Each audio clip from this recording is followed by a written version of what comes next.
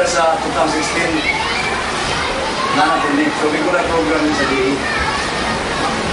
So, dakit panahon now, every time, nani pagkahimuon niya presentation, kay kamo man ang ibaw, kamo man ang ibaw, kay kamo man ang among partner.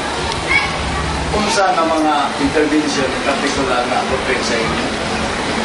Kung mo-decide mo, sir, di na lang ta magagawin, mag-tour na ta.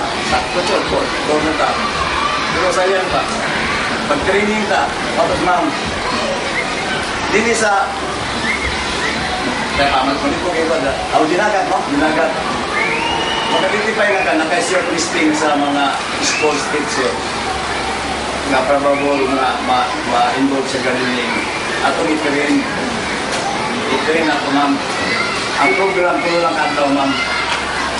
Isa na kadlaw nga maglingkod, aron makuha na ito ang itutin. Kanang ko is mo na akong trip. Okay ba na? Suggestion, sir.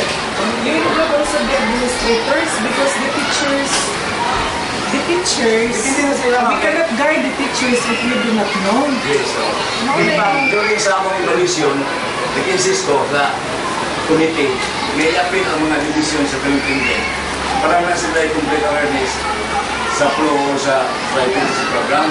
Para na katong mga ni-assign niya, naman siya information, so naman siya sige, mawala itong role.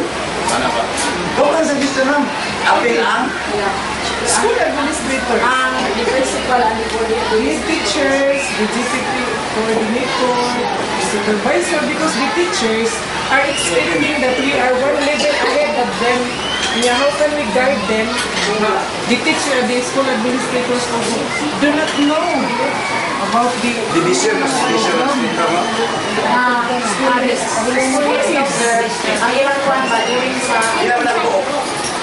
May 13 na book. Number